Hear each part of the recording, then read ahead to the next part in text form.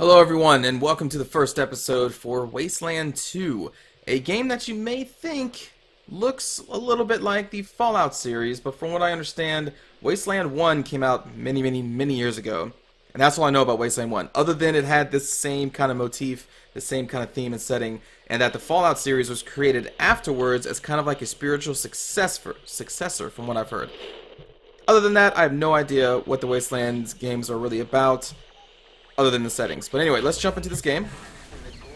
And you have the option of creating your customized characters for your team of 4 right here. I've already gone ahead and created 3 of the 4 people in our team, so we're going to add them here, and I'll go over their stats here in a bit. But I wanted to start with actually creating our last character, which I already have a plan for. Let's see, let's click through that, Alright, so up here you see you have 7 attribute points. Those are assigned to your attributes here. Whenever you hover over an attribute, you can see in the top middle there, it tells you exactly like the fluff of it and what this stat affects. Also below in the derived stats, the things that this changes are highlighted.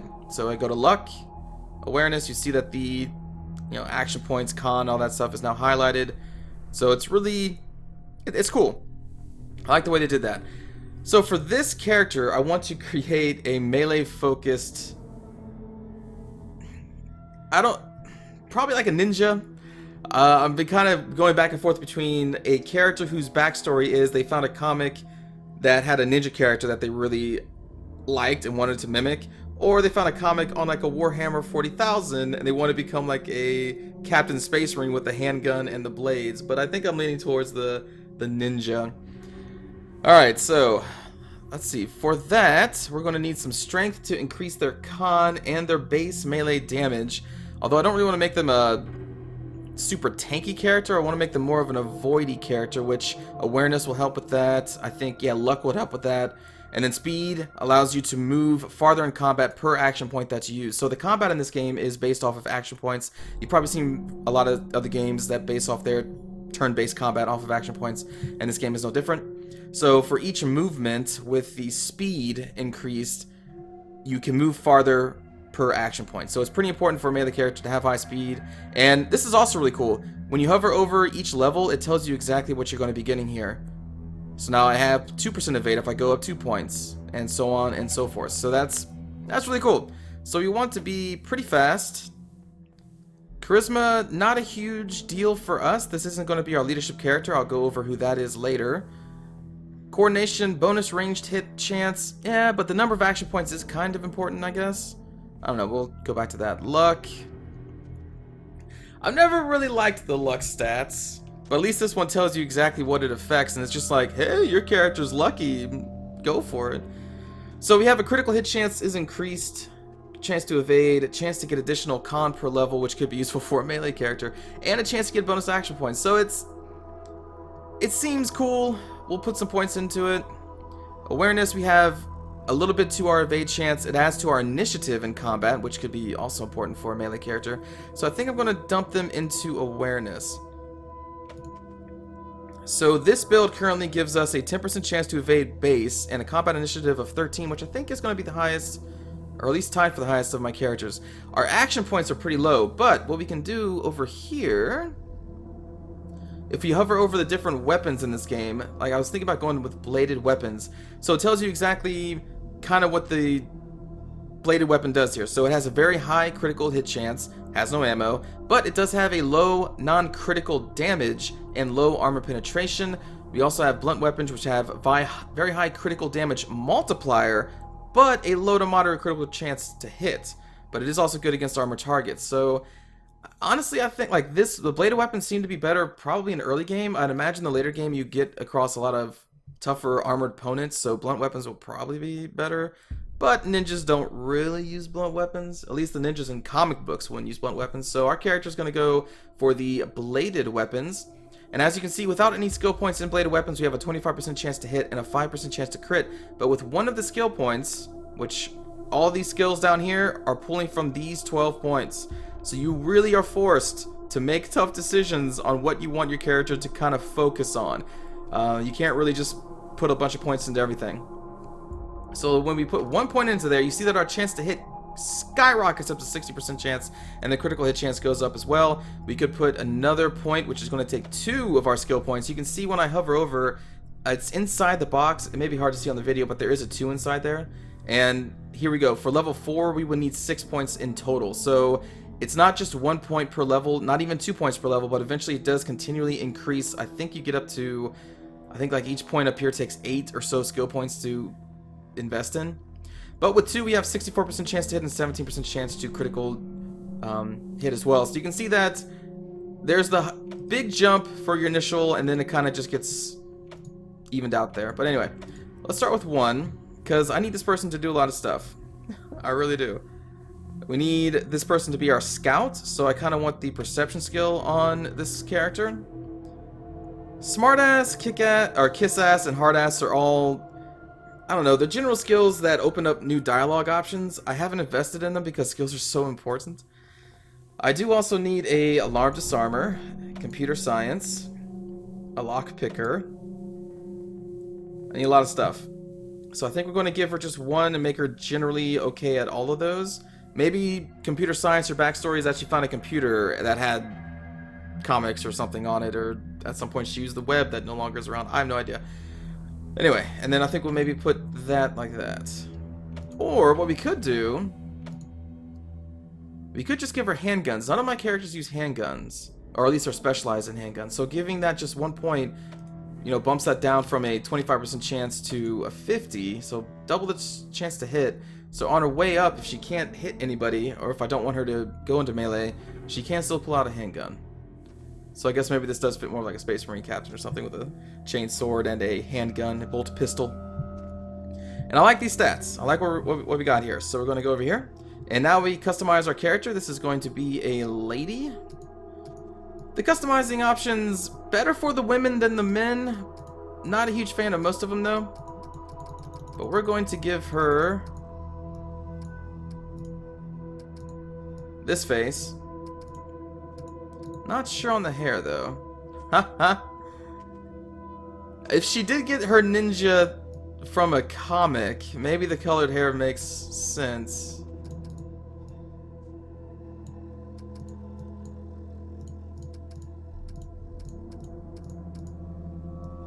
Let's see. What other... No, that's not going to be a ninja. That's more like a punk.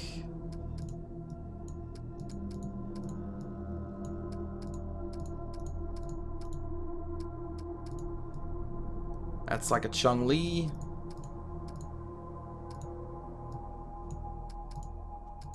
Alright, we're probably going to go with the pigtails, the purple pigtails. Because it's a comic book, or maybe it's a manga, you know, and it just had a character with purple hair, because that happens all the time. And she's going to want to get as close to a ninja mask as possible, which is going to be this kind of rebreather here.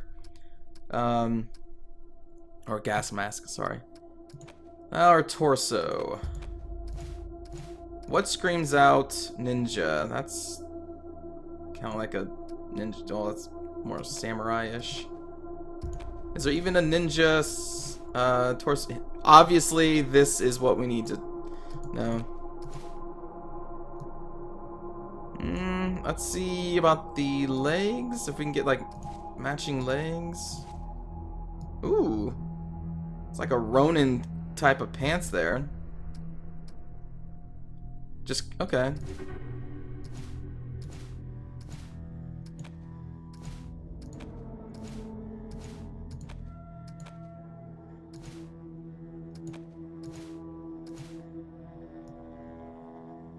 That looks kind of cool. And then the default that we started with. But would she think that's ninja?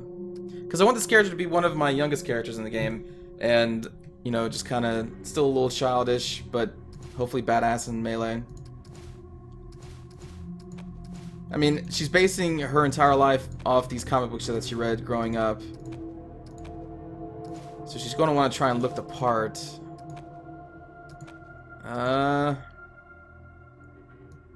That's more like a samurai.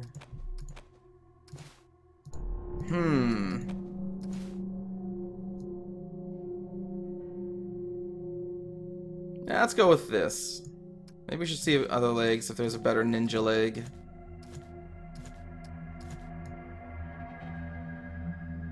No, you know what? I like that previous look. We'll go with a more of a Ronin look here. With the pig. Sure. And for a name... What was the name of her character in the comic book? Or the manga? Let's go with the manga. Now I'm just trying to think of names that I can remember from shows and things.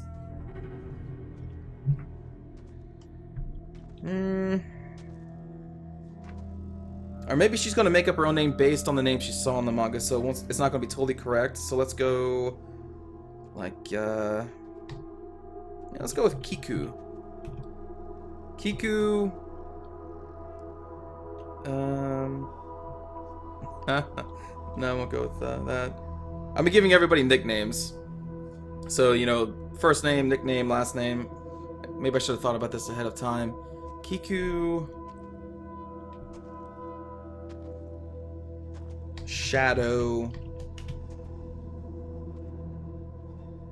let's do something like crazy.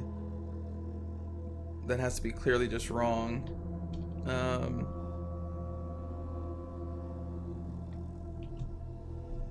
Let's do like Kiwa Santanabe Des. Obviously not a real name. This is her name that she gives to people, and she just wanted to make a crazy name. Obviously there's no one name. Kiwasatanabe Des. Is that what I even put? Kiwasatanabe Des, yes. She'll go by Shadow or Kiku. But that's the name she gives to people. Her age, 20... actually 20 is fine. She has no religion, though you can pick religions. A couple of my people do. She doesn't smoke, and she's going to claim that she's Asian, but she's not. But people are not going to know because she's always tries to keep her mask on, but she claims that she's Asian. This is already used by our leader. Are there any other things that look cool? Actually, that's not too bad. Yeah. Oh, Miss Seductive. Alright, out of these, I guess we'll go with this one. Kind of fits the theme, although that's not very ninja-like, but... no, hold on.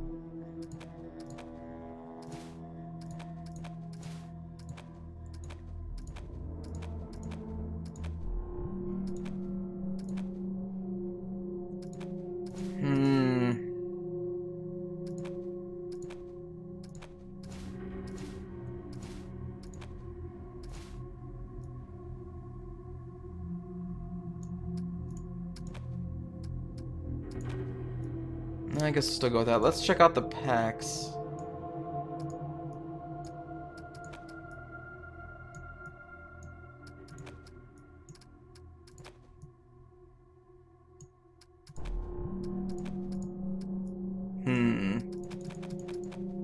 Let's give her this little pack. Alright, Kiku, Shadow, Kiwasatan... Kiwasatan... I can't even say it. Kiwasatanabe Des. Oh my god. Kiku, Kiwasantanabe Des. Alright. Export this character so she's on the main list. There we go. Alright, so now that we have created our melee-focused girl who grew up on manga and wants to be like the characters in her books, let's go through the rest of our team. Our leader, Tanya Thorn Vantu. These are her stats here. I put a lot in charisma because she's going to be our leader. Now, what each of these charisma stats do, they increase the leadership radius and increase XP rewards, so she's hopefully going to level up pretty quick. And the leadership skill reduces chance followers ignoring your orders in combat by 10%. So in this game, you'll come across NPCs that will follow you, and they sometimes just go rogue and don't listen to your orders. The leadership will decrease the chance of that happening, and your nearby allies get a chance to hit increase of 4% with a level 2 leadership. And this is increasing our aura, so hopefully we can keep everybody within our leadership aura. She's also our person who's going to be bartering. So, and she mains in assault rifles. So here you go. There is our leader, Tanya Thorn Vontu. I named her Thorn. The backstory here of Tanya, she's also wearing a rebreather because or face mask or the gas mask, they look cool. Is that growing up as a cadet before she became a leader in the Rangers, she would always pester her other cadets to do better when she thought that they weren't trying hard enough. And one day, eventually someone said, "You're a real thorn in my side," and then that just kind of became her nickname. But she's a thorn in people's sides because she cares and wants to see them do well. And that is transferred into her leadership role here. She wants to see everyone on her team perform the best that they can. She expects the best, but she, again, also just, she cares. But they do call her Thorn. And there you go, she's a Native American Buddhist 29-year-old.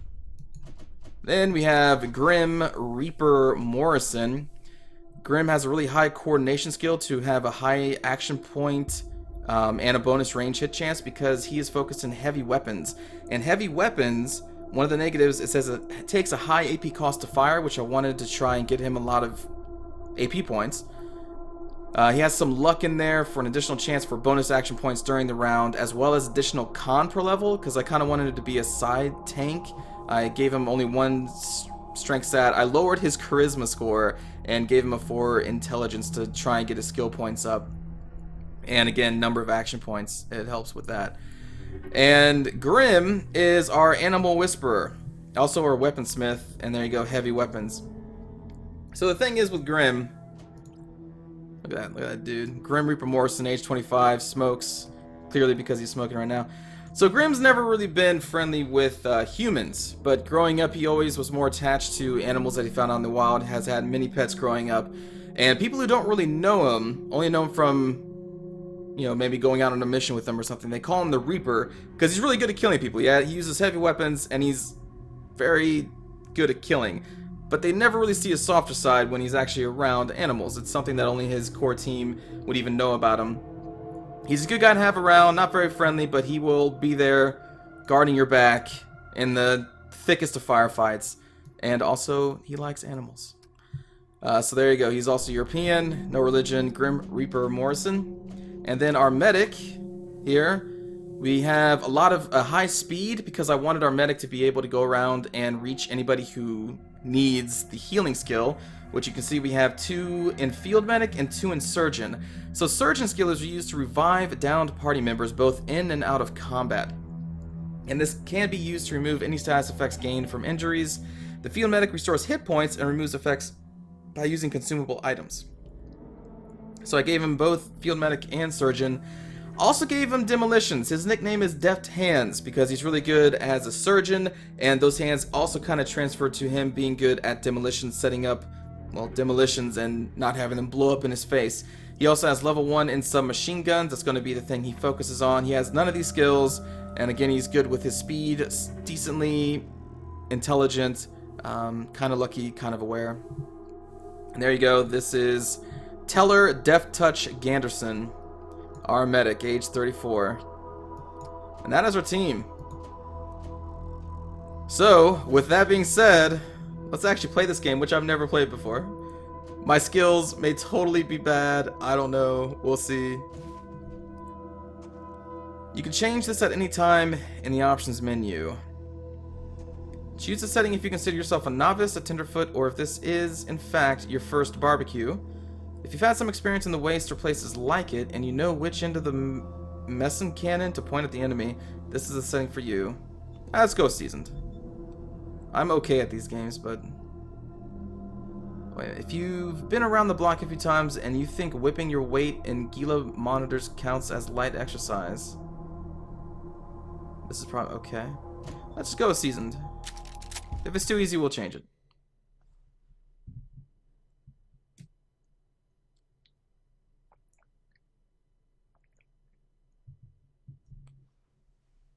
Sure, shooting, you want to take a surgeon with you in any party.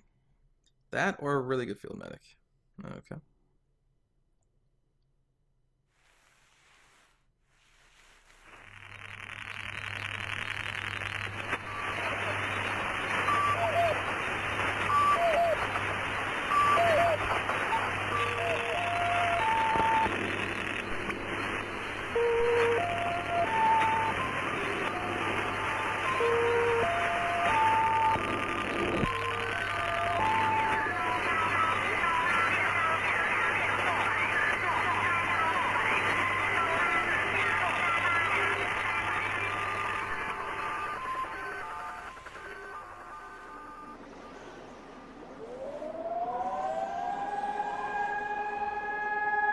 That is a quote. What comes after the end? I don't know. Neither did they. They were just an army engineer battalion, constructing roads and bridges deep in the middle of the Arizona nowhere. They didn't know why Armageddon had come. They'd heard radio chatter about an attack on some space-based missile platform.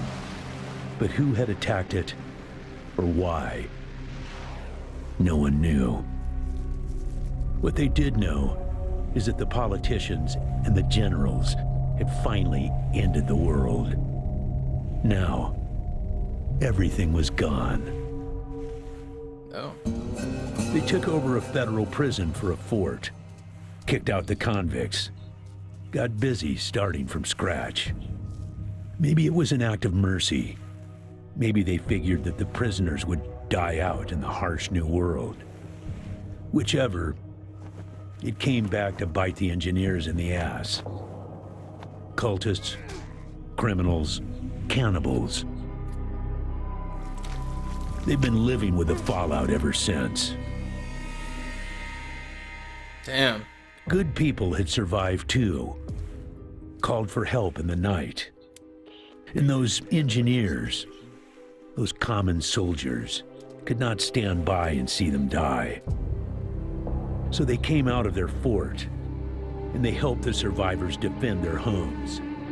And for that, they earned a new name, a proud name, the Desert Rangers. Texas Ranger. What, Chuck Norris?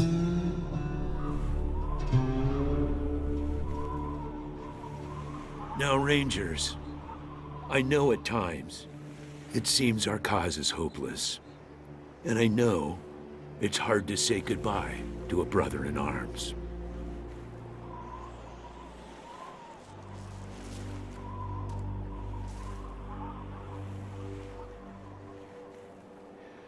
But I want you to know something else. That no Ranger who dies in the line of duty will ever be forgotten. That dude has a good beard. Nor will he have ever died in vain. Or unavenged.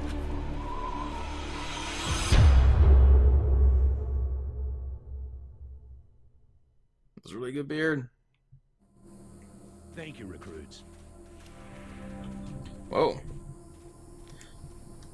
Oh. Oh, I see. We start at that... Okay. Oh, boy. It's going to be a lot of reading, I guess, in this game. A stiff-bearded older man wearing a hard-worn ranger uniform and a battered old cowboy hat. General Vargas walks with a cane, but he's not hopeless. He wears a pearl-handled revolver on his hip, and there are a lot of notches on his barrel. I appreciate you coming to Captain Ace's retirement party when you hardly knew the man. Seems kind of low. Appropriate too, seeing as how investigating his death will be your first duty as a Desert Ranger.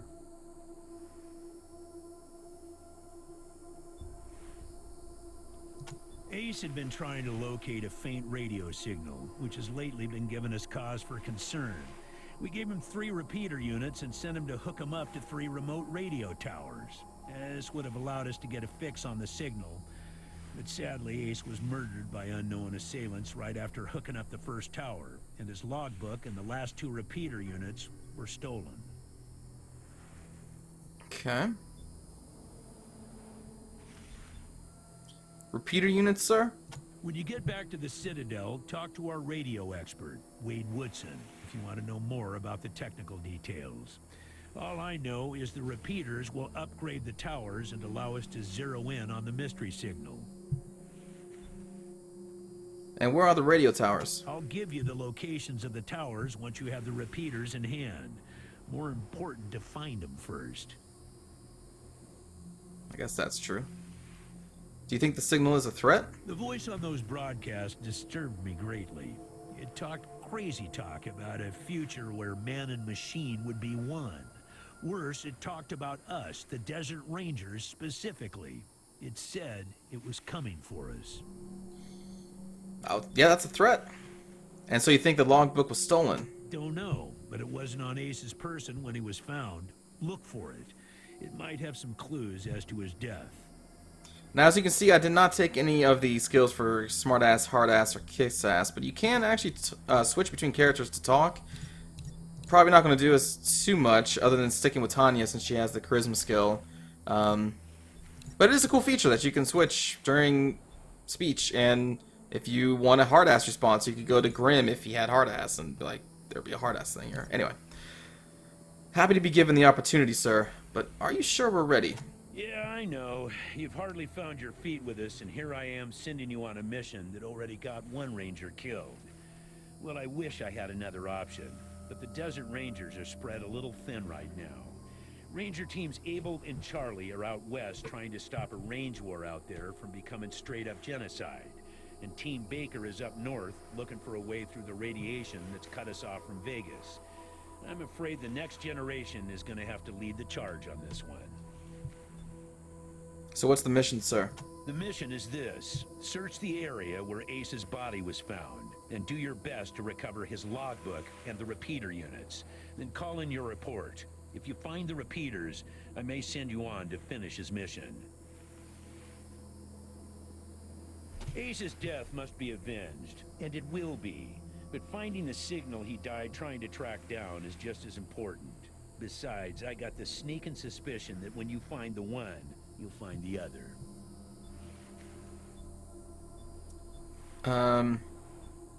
Call in, sir? Yes, call in on your radio. Your radio is your lifeline to Ranger Citadel. We'll be calling you with alerts and updates on your current missions, and sending you new missions when we receive distress calls.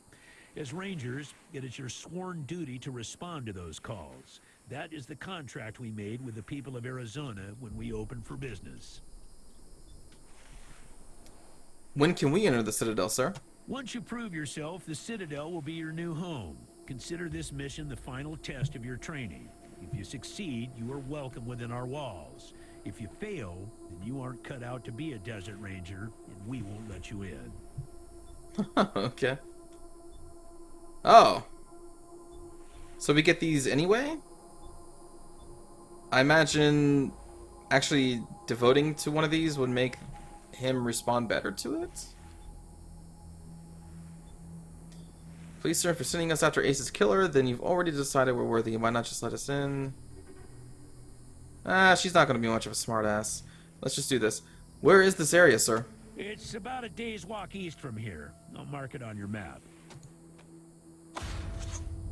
There it is. That's a crummy map. Oh, cool. There you go. Thank you, sir. We'll do our best. Good luck out there, recruits. Oh, boy. Well, first, let's go into the audio. Erase the audio. We definitely want the voiceover to be heard. Keep the music loud. Hopefully this will be fine. Return to game. Here we are. Wasteland 2. I think we all moved together. Let's see. Inventory. Here we go. Inventory for Tanya. We start with an assault rifle, which is good. 10% chance to apply bleeding wounds. We only have 12 shots.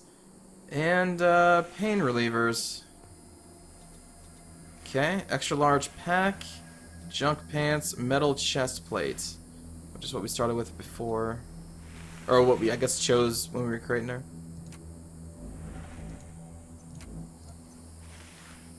Okay. Damage 6 to 12.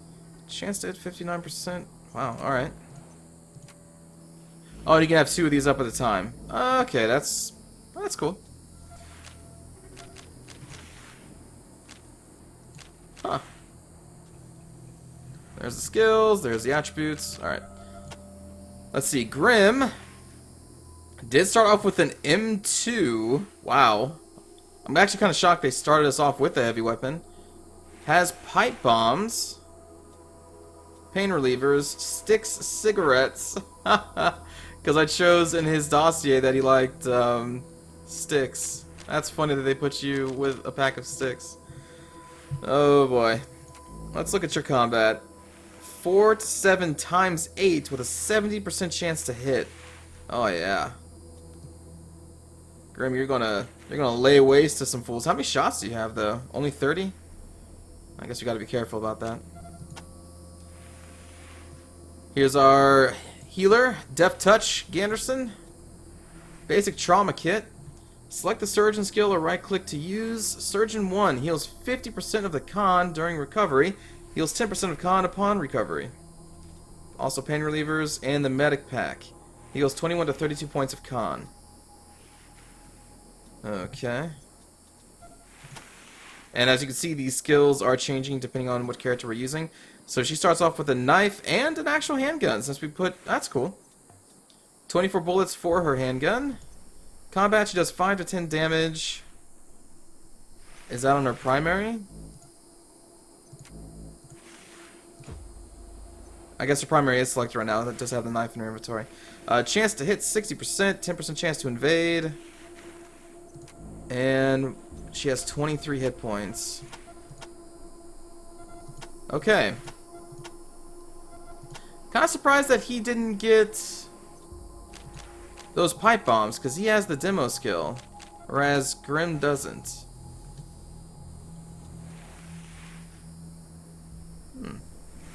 Oh well. Alright. Well, there's that. This thing is glowing. So let's pick up the shovel and we'll give it to Grim.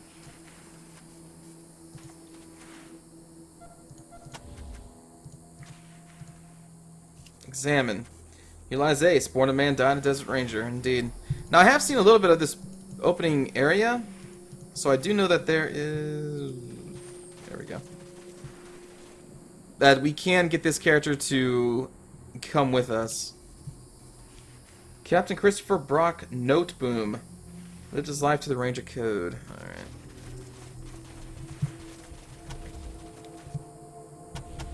Alright, tab switches between characters.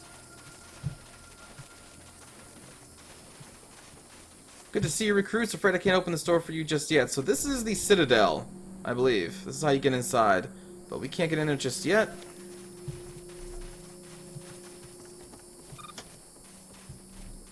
Ah. Thank you. Yep. Yep. You can switch the active ranger in a conversation by selecting the appropriate portrait. Using items. Assign commonly used items and skills to your hotbar by right-clicking and selecting the item from the pop-up menu. Some skills or items act passively and can't be placed on the hotbar key. So for Grim, there's the shovel. There's the cigarettes. Animal Whisper skill. Already has it on there. Alright, so we'll do that. So she comes with the alarm disarming, lock picking. Perception is an active skill. Howdy there, Team Echo. Oh, hello. Why would we not turn this on? Like, why would we ever turn it off? I'm assuming that's our perception range with her, and she's gonna be our scout. Do we get negatives for this being on? Take this skill to see things others miss and spot ambushes before they spot you. The perception skill is used to highlight objects of interest in the Wasteland, drawing your attention to hidden traps, alarms, and other secrets. Hovering your cursor over an item will also trigger a check. Select the skill to see your visual of the perception. Oh, okay, so if we just want to see the actual range, but it's always on. Alright, gotcha. Let's talk to you. A kindly older woman in standard issue ranger garb. She seems occupied counting goods and organizing crates. Aside from the clothes, she's the picture of a loving grandmother. You could swear she smells faintly of fresh baked cookies. Oh, I'd go for some freshly baked cookies.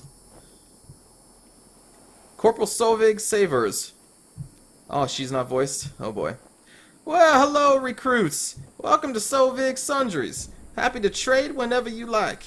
An honor to make your acquaintance. Highlighted in green. Always nice to see new faces around here, and a pleasure to make sure they have everything they need before they head out into the big bad world. What do you have to trade? Oh. Requires 5 in strength for some goat hide. Radiation suit. Okay. FAMAS. $300. How much money do we have? We have 50. And I'm probably not going to be trading anything in right now. Sawed-off shotgun, a midnight special, a scorpion. Alright. Hey, you know, it's a board with nails in it. Makeshift machete. Hold on. She may be interested in that. Oh, maybe not. Actually. No. Never mind. There are some bullets here. Akita figurine. +1 to Animal Whisperer. Oh, sweet. Suture kits.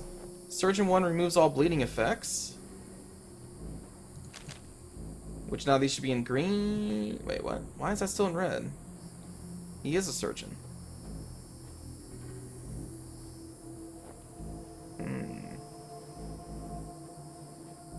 Well, how much do these bullets cost? Ooh. That's kind of a lot. Welcome back to you. Nice to meet you too, Solvig. What's your story? Oh, it's not so interesting. I grew up in a village near here, but I was already a grandmother twice over when the Desert Rangers moved into the Citadel. I saw how much good the Rangers were doing, and I wasn't up to much with my children. Moved to other villages to start their own families. It was a little unconventional for an old lady to go through basic training, but I pulled my weight and earned my star. I may not be too useful in forward operations, but I got lots of experience keeping people well fed and well clothed, and I can run a drill press with the best of them. So General Vargas has me help Sergeant Melson run the supply, and I help Captain Mercaptain, really, Captain Mercaptain, in the workshop now and again. That's your name, Mercaptain? Oh, jeez. Yeah, what's Captain Mercaptain like?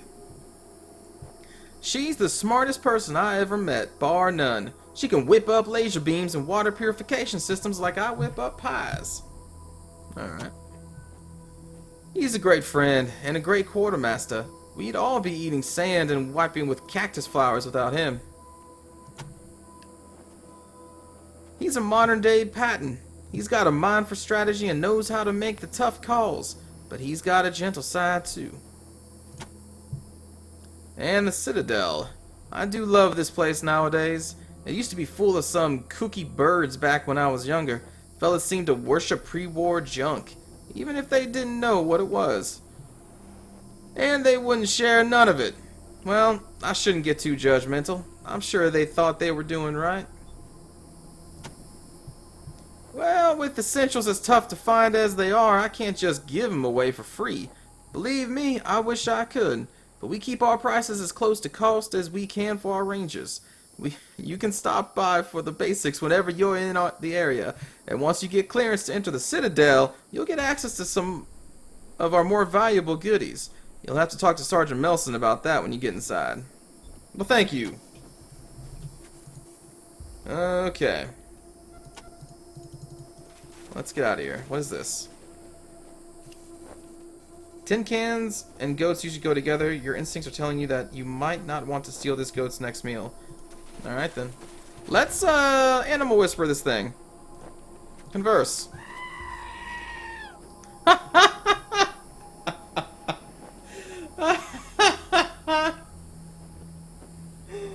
Yeah, that is a goat.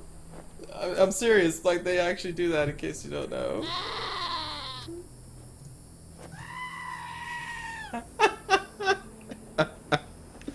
That's excellent. Hold on. Alright. Who are you all? Captain Deth at the funeral. She just came here and wanted to be like her. Alright. Are you guys headed out on a mission? Man, I'm so jealous. I can't wait to get out there. Maybe they'll let us join Echo. You know, if one of you dies. I can't believe Vargas is going to train us himself. Then maybe we can join up with you guys. Alright. That's the way to get to the world map. Sure, let's see. Using skills. The Rangers have access to a wide variety of skills to deal with problems they encounter on the Wasteland. Using these skills is a simple process. Select the skill from the hotbar and move the cursor icon over the appropriate target. The Ranger will navigate to the target and begin using the skill. That's pretty basic. In addition to selecting a keyword, you can also manually enter them in the dialog window. Oh! Okay. The logbook contains information on the various missions and tasks the Rangers have acquired. The buttons at the top allow you to view missions you have flagged as important, are ongoing, or have resolved. Additionally, you can sort the list by selecting a Sort By property from the drop-down box. We haven't actually looked at our logbook yet, have we? Ooh, crouch. Haha! Cool. Go for a headshot. Swap weapons. Reload. Logbook. With a map. Searching the radio tower for the repeater units Captain Ace was carrying. Alright, well, before we go there, let's go talk to good old Angela Deth. God damn it, Ace. Sorry about the waterworks. I'm still pretty broke up over Ace. I'm Angie. You kids must be the new recruits old Vargas trained up. Lord, y'all just babies. Babies? Oh boy. Sorry, but you are. As cute as little kittens. Y'all remind me of me. Or of us. Snake, Razor, Thrasher, and me. Back when we were just starting out. Thinking we were going to save the world for the future. Thinking none of us would ever die. Christ. Sorry. Don't listen to me. Youth is good. Optimism is good. If we all started out worn out and jaded like me, nobody ever tried to change the world. So you kids go ahead and give it a go. Maybe it'll work out this time. We probably don't want to ask about them. Yeah, maybe we will. Better call him Gilbert now. Funny, back in the day he just seemed like this big old growly bear. Strong as an ox and just about as articulate. But then he got all torn up during our fight with the robots from base Cochise, and he couldn't go out on patrol no more. Any other commander would have handed him his walking papers, but Vargas doesn't dump old friends, so he started him working in the museum. And wouldn't you know it, turns out the old bear has a knack for cartography. He's been gradually mapping our little corner of the wasteland ever since. Who'd have thunk it? Who would have thunk it? What's Cochise? An old military facility from before the war, and the biggest fight the Rangers ever had.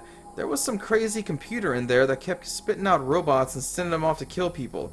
We had one hell of a fight putting it down, earned our stripes that day. Literally. That's when I became Captain Deth.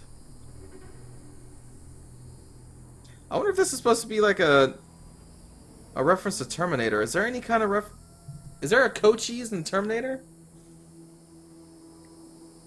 I don't remember one. Yes, the base Cochise AI. Don't know what was wrong with it. Broken, I guess. It thought everybody was its enemy and wanted to kill the whole planet. I wonder if it is. Alright, well, let's just go to Ace. They all hurt, but this one, man. Ace wasn't even a ranger, not at first. He worked as a driver and mechanic for Farron Birgo up in Vegas. And when base Cochise started sending its death machines into the desert, Birgo sent Ace south to recruit robot fighters. We met him in Quartz. He'd pissed somebody off out there and they'd lock him up. We sorted that out and he started running with us, helping us fight Cochise, and never stopped. Vargas eventually gave him the uniform and the hat, but I don't think he ever formally signed on. He was just always there. And now... well, now he's not. God damn it, Ace. I knew this one was trouble. I knew it. Trouble? He was working on the same thing Vargas has you working on, trying to track down the radio signals from beyond the edges of the map. All seemed a bit boring and scientific to me, but then Ace started saying he thought someone was following him. I asked him to let me come with him when I met him at... Wait, let me start over. I asked him to let me come with him when I met him at Rail Nomads to give him the repeater units, but he told me to go back to base. He said it was just jumping at shadows, because those old radio broadcasts spooked him. I should have gone with him. Why didn't I go with him? Why didn't you go with them? It's all your fault. Okay. Ace played me some of him before he died. Hard to make out a lot of it, but what I heard made my hair stand on end.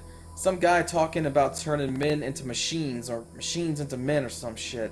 But the crazy thing was, then he starts talking about us, the Rangers, saying we're the cause of all the trouble in the world, and we need to be wiped out so his glorious future can be born. I mean, who is this guy? Where is he? And what the fuck does he have against us?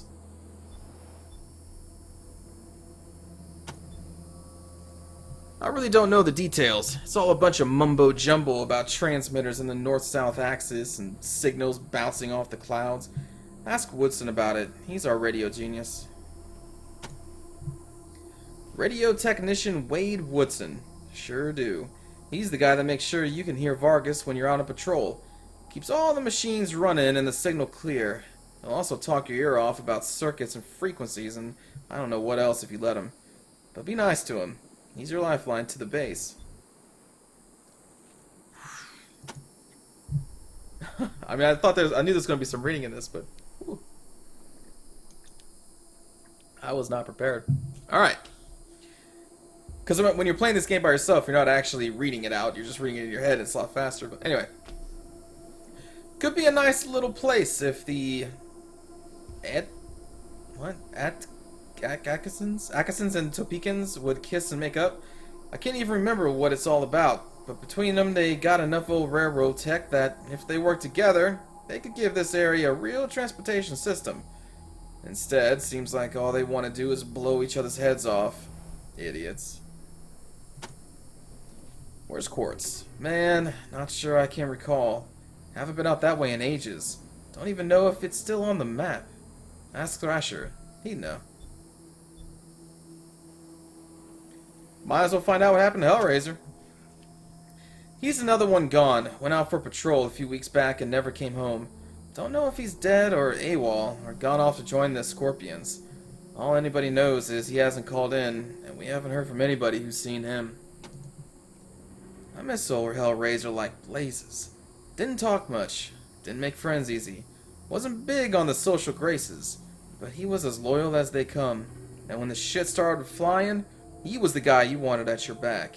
He didn't win that name by accident. Sharp as a razor and scary as hell. You were the Red Scorpions. You weren't briefed on those fucks during your training? Well, let me fill you in. You know when we left the prison and moved here to the Citadel? Well, the Scorpions were the jerks who moved into the prison when we moved out. Just a bunch of raiders back then, but they've been getting more organized. Call themselves a militia now, and they try to act like they're the Desert Rangers of eastern Arizona. Well, that's a load of horse shit. A protection racket ain't the same as protecting people.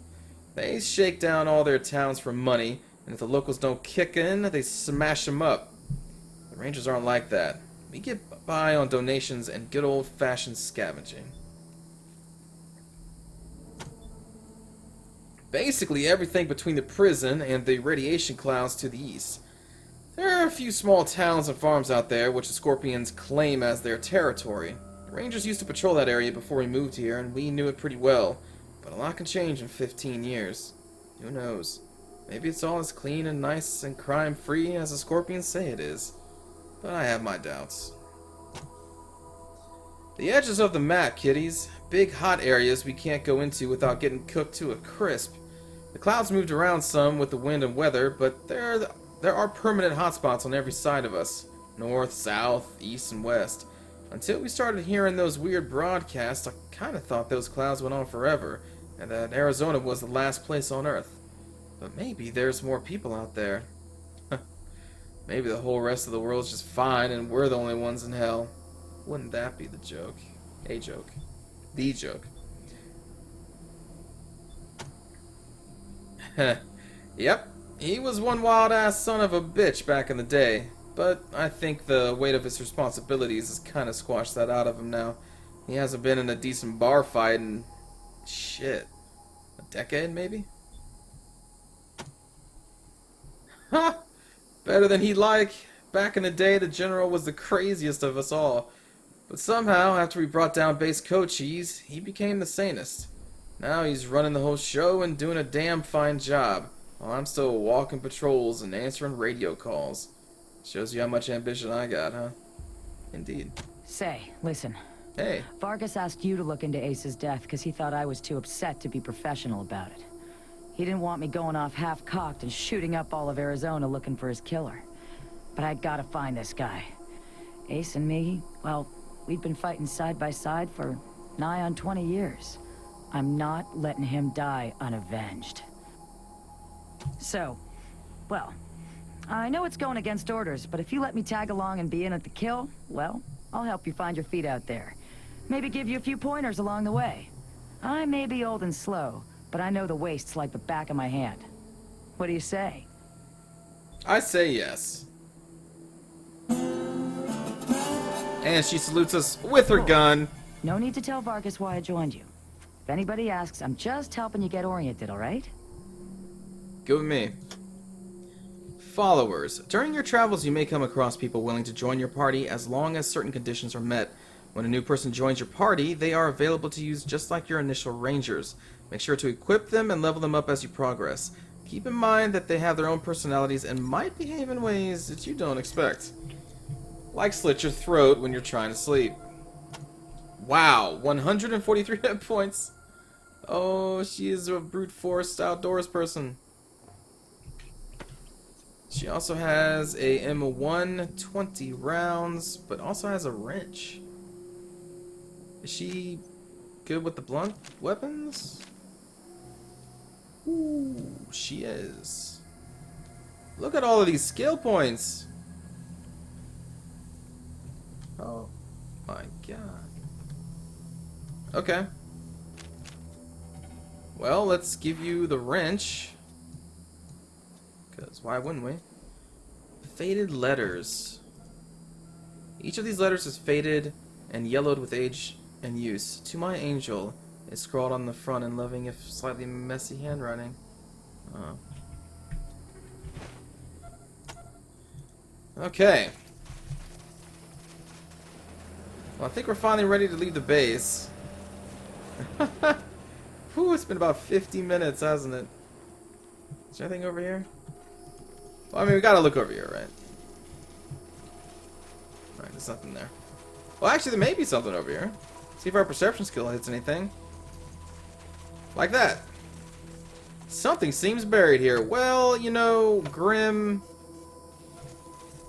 you got this shovel here.